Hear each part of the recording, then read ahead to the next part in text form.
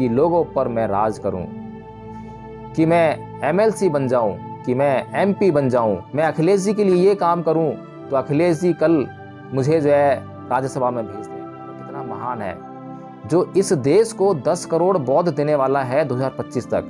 अगर इस देश में 2025 तक 10 करोड़ बौद्ध हो गए फिर तो सब कुछ अपना है। बस इतनी सी बात, और ये बात क्योंकि आपको अच्छी लगती है, आपको सुनना अच्छा लगता है, इसलिए आप बोलिए उस व्यक्ति के पीछे पीछे, बिना यह जांच किए कि यह व्यक्ति 2025 तक 10 करोड़ बौद्ध कैसे बनाएगा। इसके पास स्वयं कितने बौद्ध भिक्षु हैं जो समाज में जाकर बौद्ध धर्म का प्रचार प्रसार करेंगे। स्वयं क्या यह बौद्ध धर्म के तत्वों को जानता है? क्या यह धर्म को जानता है? जिसका बुद्ध के धर्म से कोई लेना देना ही ना हो, जो जय भीम का नाम लेने तक से घृणा करता हो, जो जय भीम बोलने वालों तक से घृणा करता हो, उस व्यक्ति से हम कैसे अपेक्षा कर सकते हैं कि वो व्यक्ति बुद्ध के धर्म को जानेगा।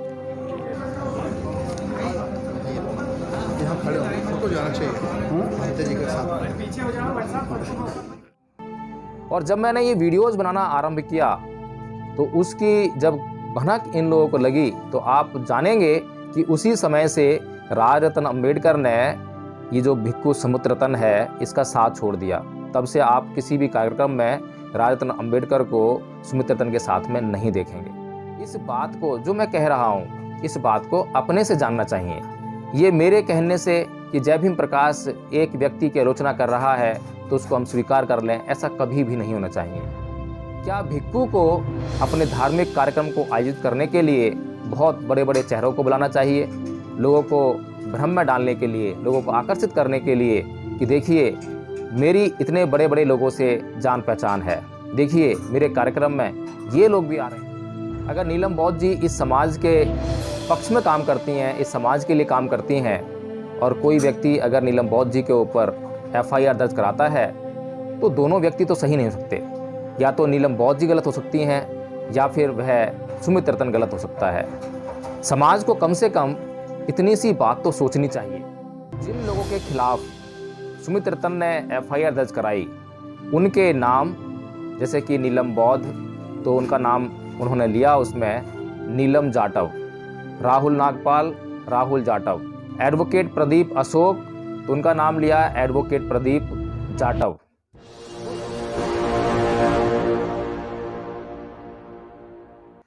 जय भीम, नमो बुद्ध।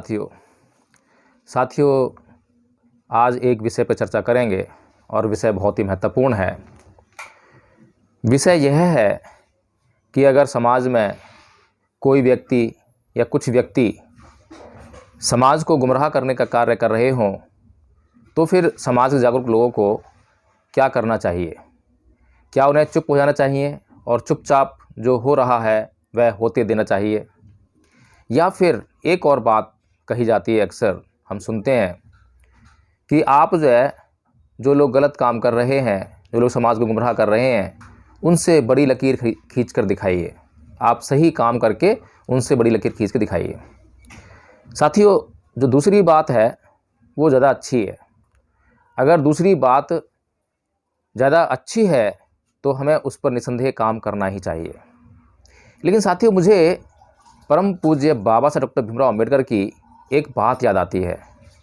वह बात है 18 मार्च सन 1956 को आगरा की भूमि से उनके भाषण में कही गई। उन्होंने कहा कि ऐ मेरे समाज के लोगों, इस कारवां को मैं बड़े कष्ट सहन करके, बहुत ज़्यादा विरोध का सामना करके, अपनी जान को जोखिम में डालकर, अपने परिवार को बर्बाद करके यहाँ तक लाया हूँ। अगर तुम इस कारवां को आगे ना ले जा सको तो इसे यहीं छोड़ देना, लेकिन किसी भी सूरत में इस कारवां को पीछे मत जाने देना। तो साथियों कई बातें हमारे सामने आई हैं। अब उन बातों में से कब और कौन सी बात को हमें चुनना है, इस बात पर हमें आज थोड़ा सा ध्यान केंद्रित करना है।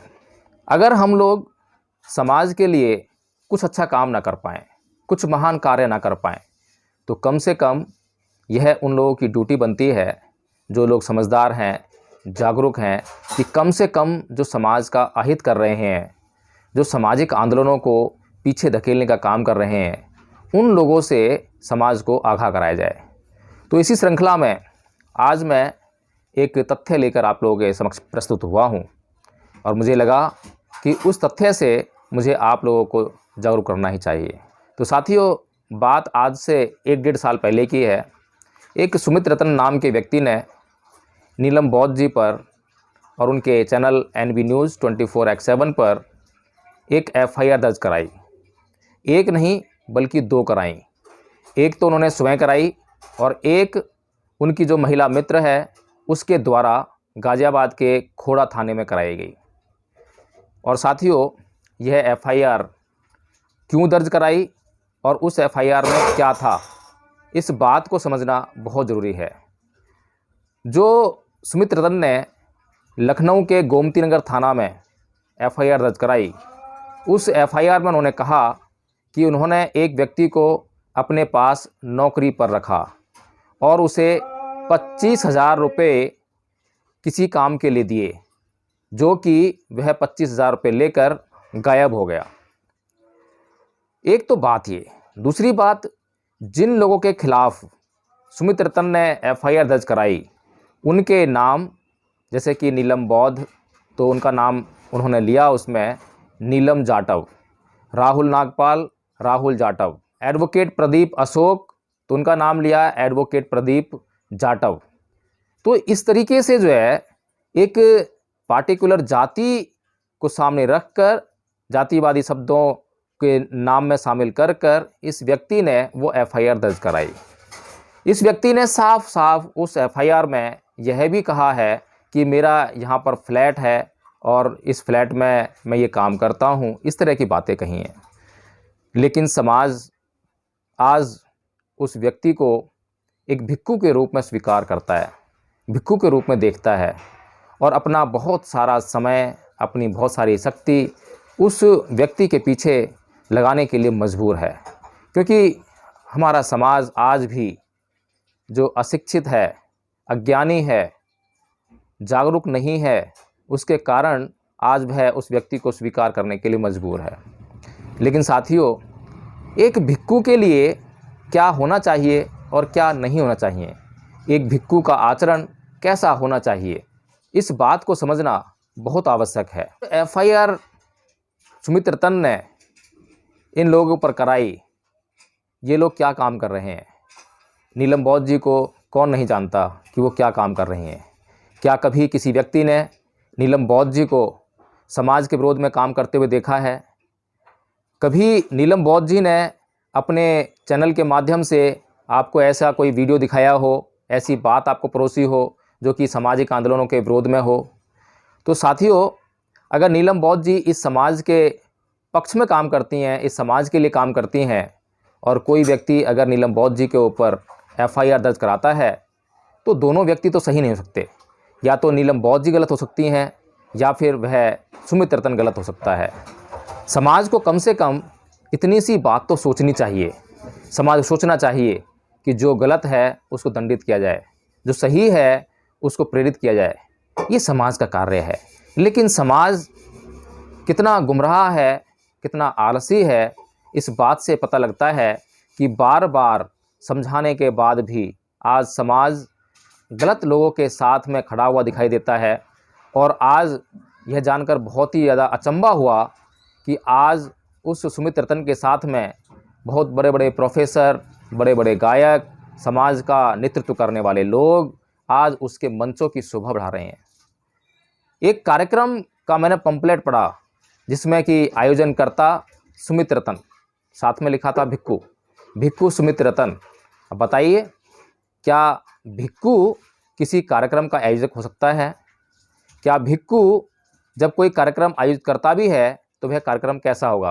क्या वह कार्यक्रम सामाजिक होगा, राजनीतिक होगा या कुछ और होगा? क्या भिक्खू का जो कार्यक्रम है केवल और केवल धार्मिक नहीं होना चाहिए? क्या भिक्खू को अपने धार्मिक कार्यक्रम को आयोजित करने के लिए बहुत बड़े बड़े चेहरों को बुलाना चाहिए, लोगों को भ्रम में डालने के लिए, लोगों को आकर्षित करने के लिए कि देखिए मेरी इतने बड़े बड़े लोगों से जान पहचान है, देखिए मेरे कार्यक्रम में ये लोग भी आ रहे हैं, वो भी आ रहा है, वो भी आ रहा है, इसलिए आपको इस कार्यक्रम को जो है वो स्वीकृति देनी चाहिए। अगर कोई भिक्खू कोई कार्यक्रम आयोजित कर रहा है तो पहली बात तो वह कार्यक्रम विशुद्ध रूप से धार्मिक होना चाहिए। दूसरा, उस कार्यक्रम की शोभा को बढ़ाने के लिए बड़े बड़े भिक्षुओं को, पहुँचे हुए भिक्षुओं को, जिनको धर्म का बहुत भारी ज्ञान हो, बहुत सूक्ष्म ज्ञान हो, उन्हें उस कार्यक्रम में आमंत्रित करना चाहिए और लोगों को ये मैसेज देना चाहिए कि देखिए, मैंने इन लोगों को आपको देशना देने के लिए आमंत्रित किया है, इसलिए आप इस कार्यक्रम में ज़रूर उपस्थित हों। तब तो समझ में आए कि हाँ, ये भिक्षु वास्तव में कोई धर्म का कार्य कर रहा है, समाज को धर्म के लिए प्रेरित कर रहा है। लेकिन ये जो सुमित रतन है, ये कार्यक्रम आयोजित करता है और उसमें उन सभी बड़े बड़े चेहरों को आमंत्रित करता है। इसके साथ ही बहुत ही चालाकी से जो बहुजन मीडिया है उसको आमंत्रित करता है, ताकि इसके कार्यक्रम को जो है बहुत अच्छे और बड़े पैमाने पर जो है प्रोपेगेट किया जा सके, ताकि इसकी प्रसिद्धि जो है पूरे देश में सर्वत्र फैल सके और लोग इसे और ज़्यादा स्वीकृति दें। साथियों, ये व्यक्ति कभी विदेशों के टूर आयोजित करता है, कभी कहीं पर कैंपिंग आयोजित करता है। इसका केवल मकसद यही होता है कि लोगों को उस कार्यक्रम के तहत जो है अपनी तरफ आकर्षित करे। इसका मकसद कभी भी धर्म का प्रचार नहीं होता। और आपको इस बात को, जो मैं कह रहा हूँ, इस बात को अपने से जानना चाहिए। ये मेरे कहने से कि जय भीम प्रकाश एक व्यक्ति की आलोचना कर रहा है तो उसको हम स्वीकार कर लें, ऐसा कभी भी नहीं होना चाहिए। और अगर आप ऐसा करते हैं तो आप कभी भी बुद्ध के सच्चे उपासक नहीं हो सकते, कभी भी बौद्ध व्यक्ति नहीं हो सकते, कभी भी आप अम्बेडकरवादी नहीं हो सकते। साथियों, मैंने आज से 1-1.5 साल पहले आप लोगों को अपने वीडियोज़ के माध्यम से बार बार ये समझाने का प्रयास किया, जब यह व्यक्ति राजरत्न अम्बेडकर के साथ में बड़े बड़े कार्यक्रम आयोजित कर रहा था और ये सारे में गाते फिर रहे थे कि हम 2025 तक 10 करोड़ बौद्ध बनाएंगे। और ये बात को लेकर राजरत्न अम्बेडकर और सुमित रतन ने बहुत सारे कार्यक्रम आयोजित किए। और जब मैंने ये वीडियोज़ बनाना आरंभ किया तो उसकी जब भनक इन लोगों को लगी तो आप जानेंगे कि उसी समय से राजरत्न अम्बेडकर ने ये जो भिक्षु सुमित रतन है इसका साथ छोड़ दिया। तब से आप किसी भी कार्यक्रम में राजरत्न अम्बेडकर को सुमित रतन के साथ में नहीं देखेंगे। साथियों, बातें तो बहुत सारी पता लगी हैं इस व्यक्ति के बारे में, बहुत सारी ऐसी बातें पता लगी हैं लोगों के ज़रिए, लेकिन उन सभी बातों का हमारे पास प्रमाण ना होने की वजह से हम आपको वो बातें नहीं बता सकते हैं। हम केवल उन बातों की चर्चा करेंगे जिनको हम देखते ही पहचान लें। ये जो बात है, ये जो इसका आचरण है, ये धर्मयुक्त नहीं है, ये धर्म के अनुकूल नहीं है। साथियों, अभी दिल्ली के कॉन्स्टिट्यूशन क्लब में एक कार्यक्रम आयोजित किया गया जिस पर कि मंच पर सभी राजनीतिक व्यक्ति विद्यमान थे, जिसमें कि स्वामी प्रसाद मौर्य जी, जो कि आजकल बहुत चर्चा में हैं, वे भी मौजूद थे। और जब स्वामी प्रसाद मौर्य जी भाषण देने के लिए खड़े हुए तो यह व्यक्ति उनके पीछे आकर खड़ा हो गया और स्वामी प्रसाद मौर्य जी ने पहले तो संकेत से कई बार इनको बैठने के लिए कहा, लेकिन ये बैठे नहीं। तो उन्होंने इसको डांटते हुए बोला कि आप वहाँ बैठिए, मैं आपको कई बार बोल चुका हूँ। और आप ये स्वयं देख लीजिए, ये वीडियो जो है, ये क्लिप देखिए आप। यहाँ खड़े होंगे, फोटो जाना चाहिए भंते जी के साथ। पीछे हो जाओ भाई साहब।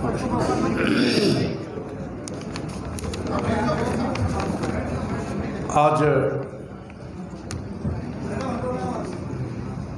इस ऐतिहासिक कॉन्स्टिट्यूशन क्लब में यहाँ पर उपस्थित सभी हमारे सम्मानित साथियों, भाइयों, बहनों, नौजवान साथियों, पत्रकार बंधुओं, जैसा कि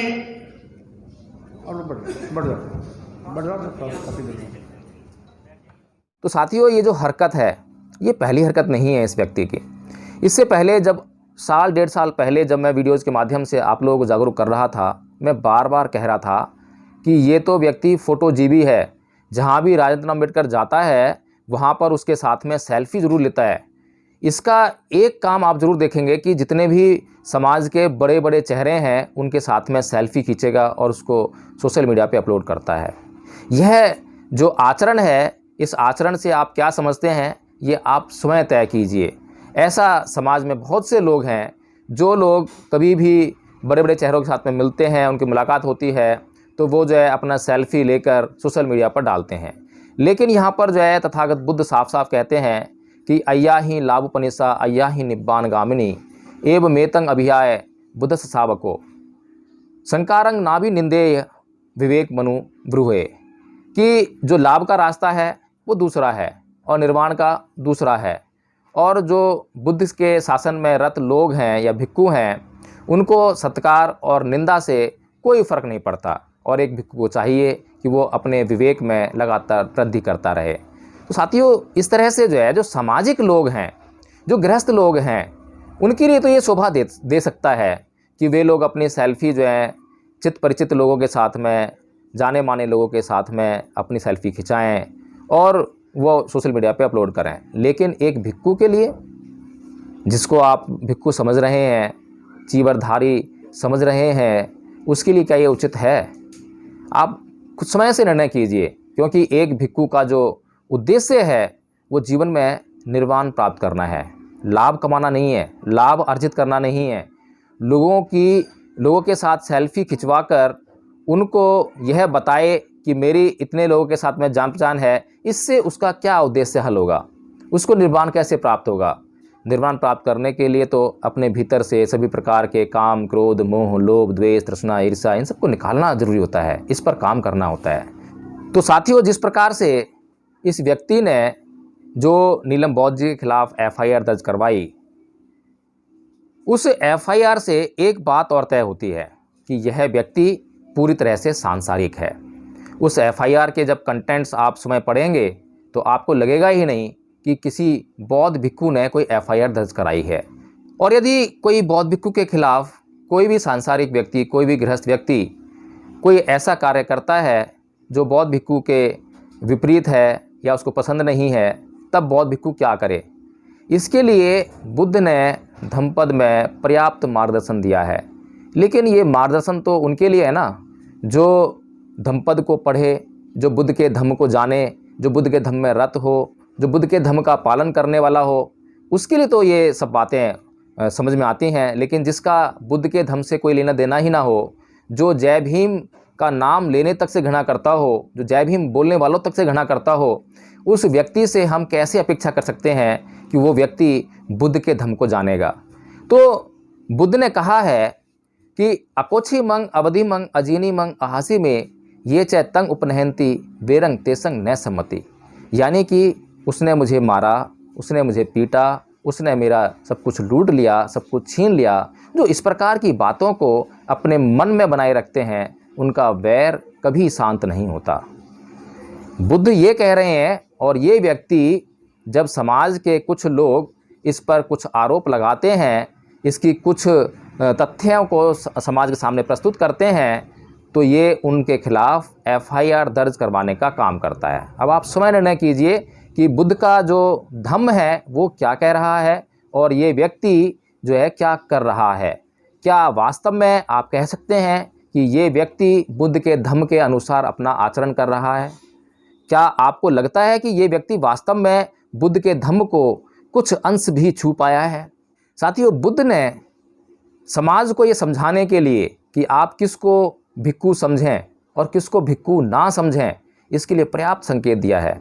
बुद्ध कहते हैं, यो च वंत कस्सावत सीलेसु सुषमाहितो उपेतो दम सच्चेन सैवे कासा बम रहती, यानी कि जिसने चित्तमलों का त्याग कर दिया है, जो सील पर प्रतिष्ठित है और जो सत्य और संयम से युक्त है, वह ही कासाय वस्त्र धारण करने का अधिकारी है।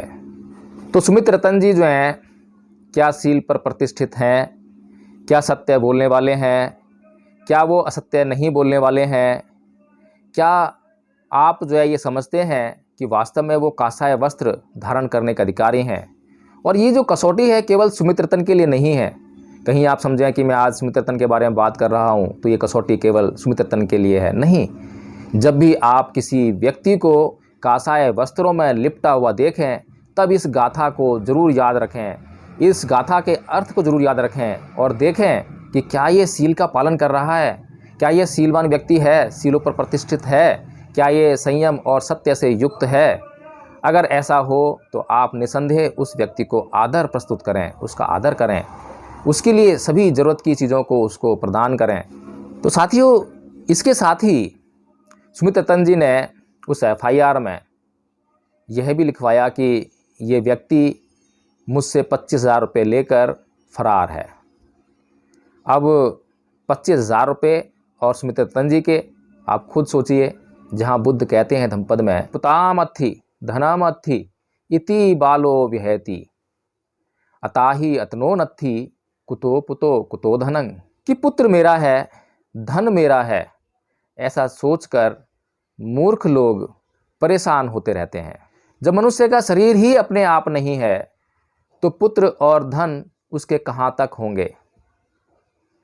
अगर सुमित रतन ने 25,000 रुपये किसी व्यक्ति को दिए भी और वह लेकर फरार हो गया तो उसके पीछे कैसा विलाप, कैसा रोना, कैसा पीटना। और एफआईआर कराना कोई सन्यासियों वाला कार्य तो है नहीं। एफआईआर गृहस्थ लोगों के लिए है, सांसारिक लोगों के लिए है। सांसारिक लोग जो आपस में लड़ते झगड़ते रहते हैं, जिनके ज़मीन जायदाद का बंटवारे के केस चलते रहते हैं, उनके लिए एफआईआर का प्रावधान जो है कानून में है, संविधान में है। लेकिन जो सन्यासी हो गया है, जो परिव्राजक बन गया है, जिसने घर छोड़ दिया है, उसके लिए किसी भी प्रकार की सांसारिक चीज़ों से किसी भी प्रकार का मोह, या वो ये कहे कि ये मेरा है, ये मेरा नहीं है, इन बातों से केवल यही अर्थ निकलता है कि वह व्यक्ति ढोंगी है, नितांत ढोंगी है। वह समाज को गुमराह कर रहा है, वह समाज को बहका रहा है, वह समाज को फुसला रहा है। तो साथियों, ये जो मैं बातें कर रहा हूँ, इन बातों की जांच करना बड़ी आवश्यक है। आपको हमेशा सोचना चाहिए। जब 1-1.5 साल पहले मैं इसी प्रकार के वीडियोज़ बनाकर जब समाज को जागरूक करने का प्रयास कर रहा था कि ये जो सुमित रतन नाम का व्यक्ति है, ये राजरत्न अम्बेडकर के साथ मिलकर समाज को गुमराह करने का कार्य कर रहा है, और ये जो बोल रहा है कि 2025 तक 10 करोड़ बौद्ध बनाएगा, तो ये देखने में और सुनने में बातें बहुत अच्छी लगती हैं, बहुत सुंदर लगती हैं, बहुत आकर्षित करने वाली हैं, हमारा मन मोह लेने वाली हैं, और ज़रा सी देर में हम जो है मोहित हो जाते हैं कि ऐसा व्यक्ति वास्तव में कितना महान है, जो इस देश को 10 करोड़ बौद्ध देने वाला है 2025 तक। अगर इस देश में 2025 तक 10 करोड़ बौद्ध हो गए, फिर तो सब कुछ अपना है। बस इतनी सी बात, और ये बात क्योंकि आपको अच्छी लगती है, आपको सुनना अच्छा लगता है, इसलिए आप बोलिए उस व्यक्ति के पीछे पीछे, बिना यह जांच किए कि यह व्यक्ति 2025 तक 10 करोड़ बौद्ध कैसे बनाएगा। इसके पास स्वयं कितने बौद्ध भिक्षु हैं जो समाज में जाकर बौद्ध धर्म का प्रचार प्रसार करेंगे। स्वयं क्या यह बौद्ध धर्म के तत्वों को जानता है? क्या यह धर्म को जानता है? जो व्यक्ति स्वयं धर्म को नहीं जानता है, वो दूसरों को धार्मिक कैसे बनाएगा? क्या लोहे से, तांबे से, पीतल से सोने की वस्तुएं, सोने के आभूषण निर्मित किए जा सकते हैं? केवल सोने से ही सोने के आभूषण निर्मित किए जा सकते हैं, उनका निर्माण किया जा सकता है। इसीलिए केवल एक धार्मिक व्यक्ति, एक विशुद्ध रूप से बौद्ध भिक्षु ही बौद्ध बना सकता है, लोगों को धम्म दे सकता है, लोगों को धार्मिक जीवन जीने के लिए प्रेरित कर सकता है। जिसका स्वयं का जीवन पापमय हो, वो दूसरों को कैसे धार्मिक बनाएगा। तथागत बुद्ध धम्मपद में आगे कहते हैं कि याव जीवम पिचे बालो पंडितं पैरूपा सती नसो धम्मं विजानति दब्बी सुपरसंग यथा, कि यानी कि मूर्ख व्यक्ति विद्वान जनों की संगति में लाख रहे, कितना भी रहे, वो धम्म को, सधम्म को बिल्कुल भी नहीं जान सकता। उसी प्रकार से जिस प्रकार से दाल में पड़ी हुई जो कलछी होती है, चम्मच होती है, चमचा होता है, वो दाल के स्वाद को कभी नहीं जान पाती। इसी प्रकार भगवान बुद्ध आगे कहते हैं कि मुहूर्तमपि चे वीयु पंडितं पैरूपासति क्षिप्पं सो धम्मं विजानति जिह्वा सुपरसंग यथा, यानी कि यदि बुद्धिमान पुरुष, बुद्धिमान व्यक्ति एक मुहूर्त भर भी किसी पंडित की, किसी ज्ञानी की संगति में रहे, तो वह धम्म को उसी प्रकार से जान लेता है जिस प्रकार जीभ दाल के स्वाद को जान लेती है। तो साथियों, इन बातों का यही अर्थ है कि ये जो सुमित रतन जी हैं, लाख चाहें कितने भी फ़ोटो खिंचवाएं, बड़े बड़े लोगों के साथ में, विद्वान लोगों के साथ में फ़ोटो खिंचवाएं, लेकिन उससे क्या फ़र्क होने वाला है। फ़ोटो तो अगर सुमित रतन जी विद्वान जन होते, धार्मिक होते, तो ये जो विद्वान लोग इनके साथ में सेल्फी खिंचवाते और अपनी सेल्फी खिंचवाकर सोशल मीडिया पर अपलोड करते कि देखिए आज हमारी भिक्खु सुमित रतन जी से मुलाकात हुई, आज उनका सानिध्य हमें प्राप्त हुआ। लेकिन ये तो उल्टा हो रहा है, उल्टी गंगा बह रही है। जहाँ पर इन विद्वान जनों को भिक्खु सुमित रतन के साथ में सेल्फी खिंचवानी चाहिए थी और सोशल मीडिया पर अपलोड करनी चाहिए थी, वहाँ पर तो सुमित रतन जी इनके साथ में फ़ोटो खिंचवा रहे हैं, खिंचवाने के लिए उतावले हो रहे हैं, खिंचवाने के लिए धक्का मुक्की करने पर उतारू हो रहे हैं, खिंचवाने के लिए कुछ भी कर गुजरने के लिए तैयार हैं और उसको सोशल मीडिया पर अपलोड करते हैं। साथियों, ये आचरण आपको जांच करनी है इसकी। मेरे कहने में मत आ जाना, जय भीम प्रकाश कह रहा है तो सही ही होगा, ऐसा नहीं है, कभी भी मत करना। चाहे मैं बहुत लंबे अरसे तक केवल और केवल सत्य भाषण करूं, सत्य बोलूं और आपका विश्वास जीत लूं, उसके बाद भी हमेशा जागरूक रहना, क्योंकि बुद्ध के अष्टांगिक मार्ग का एक तत्व है सम्मा सति, जो ये कहता है कि हमेशा जागरूक रहें, हमेशा जांच करते रहें। कभी भी किसी बात को केवल इसलिए ना मानो कि कोई विद्वान जन कह रहा है, कि वह बहुत लंबे समय तक केवल सत्य ही बोलता आया है, इसलिए अपनी बुद्धि पर विश्वास करें। साथियों, आगे बुद्ध कहते हैं कि सेलो यथा एक घनो वाते नंग न समीरति एवं निंदा प्रशांसु न समिजयंती पंडिता।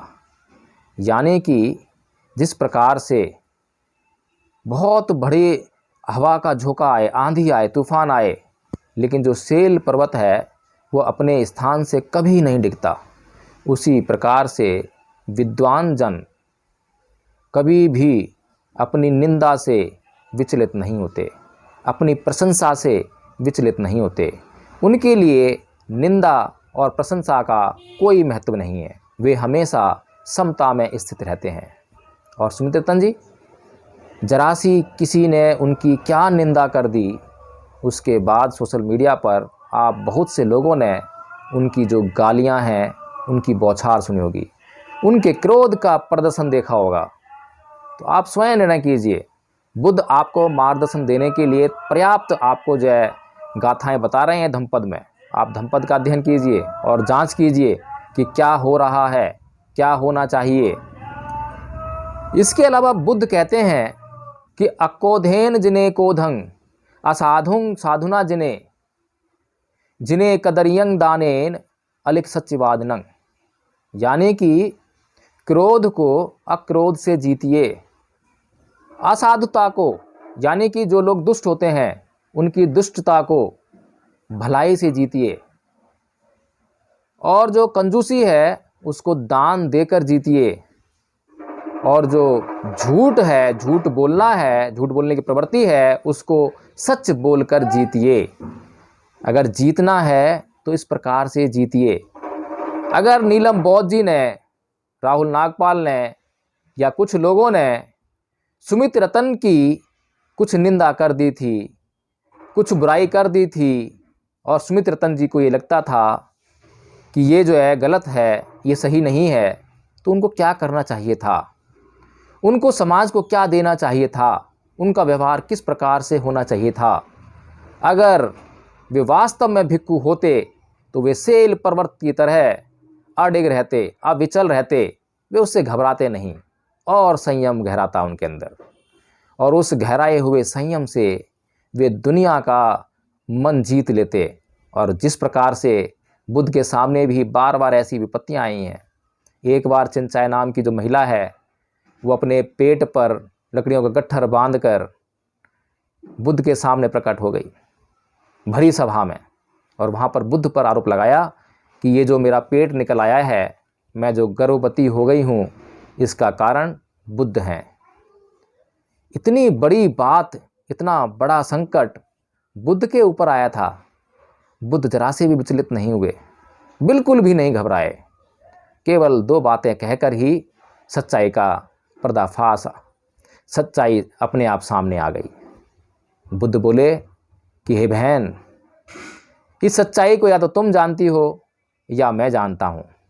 जैसे ही शब्द निकले, करुणामयी शब्द निकले, हे बहन, जहां पर कि चिंचा आरोप लगा रही है कि बुद्ध ने उनके प्रति ऐसा व्यभिचार किया है, वहीं पर बुद्ध उसे कह रहे हैं हे बहन। कितनी करुणा थी शब्दों में। उस चिंचा के प्रति भी करुणा थी जो चिंचा उन पर आरोप लगाकर उनको समाज में अपमानित करने का प्रयास कर रही थी। तो सुमित रतन जी के ऊपर तो ऐसा कोई आरोप लगा भी नहीं, किसी के पास किसी आरोप का कोई प्रमाण भी नहीं था। सुमित रतन जी कैसे विचलित हो गए और विचलित होकर कैसे क्रोध का प्रदर्शन करने लगे, कैसे गालियों की बौछार जो है वो सोशल मीडिया पर करने लगे, ये सोचने वाली बात है। तो सुमित रतन जी जीतना चाहते हैं लोगों को, किससे? क्रोध से, असंयम से। लेकिन बुद्ध कहते हैं सो सहसंग सहसेन संगामे मानुष जिने एकं चय जेय मतानंग सैवे संगाम जुतमो। यानी कि कोई व्यक्ति संग्राम में लाखों लोगों पर विजय हासिल कर ले, कोई फायदा नहीं है। लेकिन जो व्यक्ति अपने आप पर विजय हासिल कर ले, वो सभी संग्रामों में विजयी कहलाता है। उसके लिए कोई संग्राम बड़ा नहीं है, वो हर संग्राम को जीत सकता है। तो सुमित रतन जी के सामने भी एक संग्राम पैदा हुआ, एक युद्ध पैदा हुआ। उस युद्ध में अगर उन्होंने अपने ऊपर विजय हासिल की होती तो किसी को जीतने की आवश्यकता ही न रह जाती, सभी अपने आप से विजित हो जाते। जिस व्यक्ति ने अपने भीतर से राग, द्वेष और मोह को निकाल दिया हो, दुश्मनी के भाव को निकाल दिया हो, सबको मित्र समझने की ही प्रतिज्ञा की हो, तो क्या उसका कोई दुश्मन हो सकता है? अगर सुमित रतन जी के अंदर तनिक भी मैत्री का भाव होता तो कभी भी वो समाज के किसी भी व्यक्ति के प्रति कटुता का भाव लेकर ही नहीं आते। एफआईआर तो बहुत दूर की बात है, एफआईआर से क्या होना था, क्या नहीं होना था। और सुमित रतन जी किस बात से पीड़ित हैं? बुद्ध का धम्म पूरा का पूरा उसी बात पर आधारित है। यंग ऐसा सहती जम्मिंग तणहा लोके विसतिका शोका तस्य पवढ़ंती अविबड्ढंग वै विरणंग।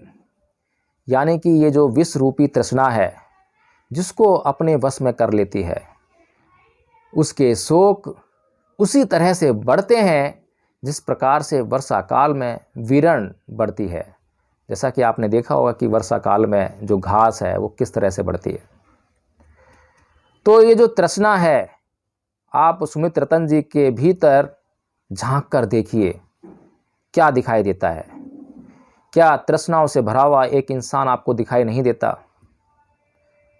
कि लोग मेरी बात सुने, कि लोग मुझे बौद्ध भिक्षु कहें, कि लोग मेरा सत्कार करें, कि लोग मुझे धन दें, कि लोगों पर मैं राज करूं, कि मैं एमएलसी बन जाऊं, कि मैं एमपी बन जाऊं, कि मैं अखिलेश जी की पार्टी से बन जाऊं, मैं अखिलेश जी के लिए ये काम करूं तो अखिलेश जी कल मुझे जो है राज्यसभा में भेज दें, स्वामी प्रसाद मौर्य जी के साथ में मिलकर समाज को अपने पक्ष में करने का काम करूं, ताकि कल जब मौका मिलेगा, जब अखिलेश जी की पार्टी जब सत्ता में आएगी, तब वहाँ से एमएलसी बनेंगे, वहाँ से एमपी बनेंगे।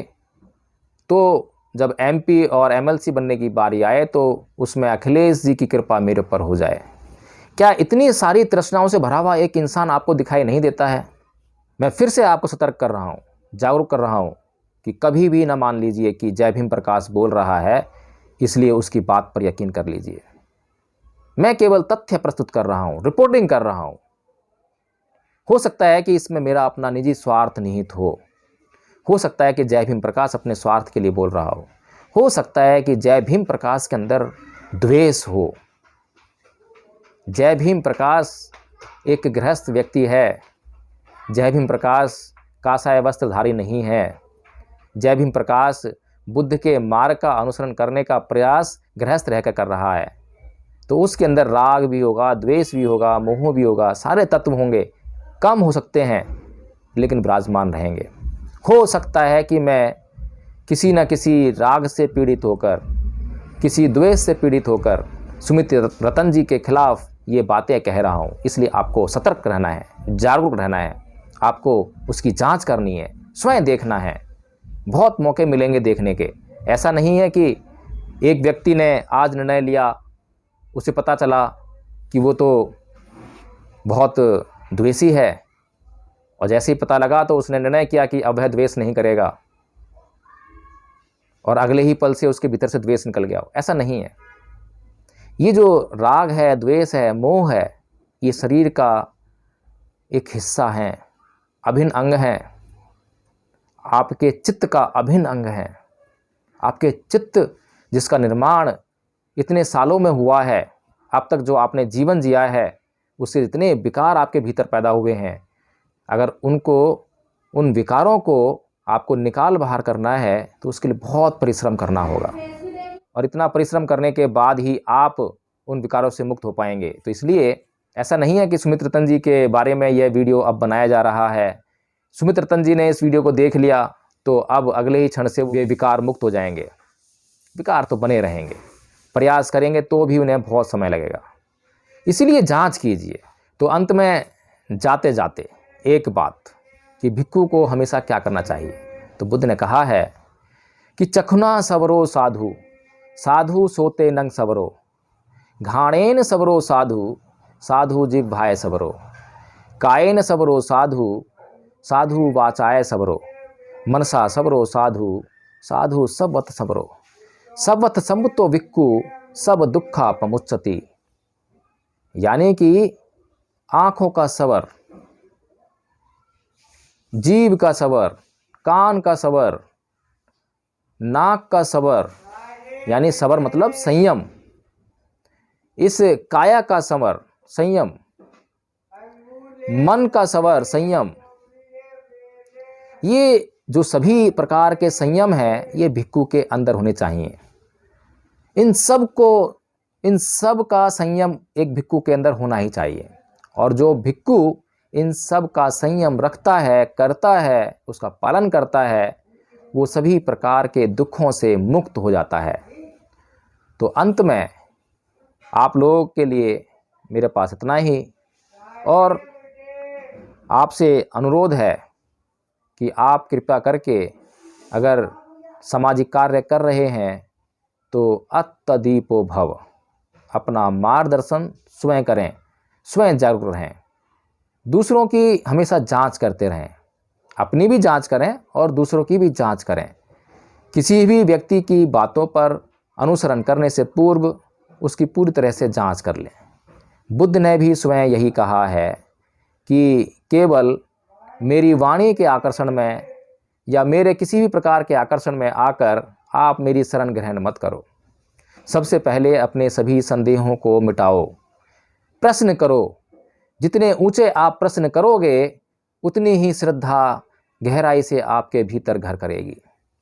और आप प्रश्न नहीं करोगे, किसी प्रकार की जांच नहीं करोगे और केवल आकर्षण के वशीभूत होकर मेरी शरण आ जाओगे तो वो श्रद्धा नहीं रहेगी, वो श्रद्धा अंधश्रद्धा रहेगी, अंधश्रद्धा बन जाएगी।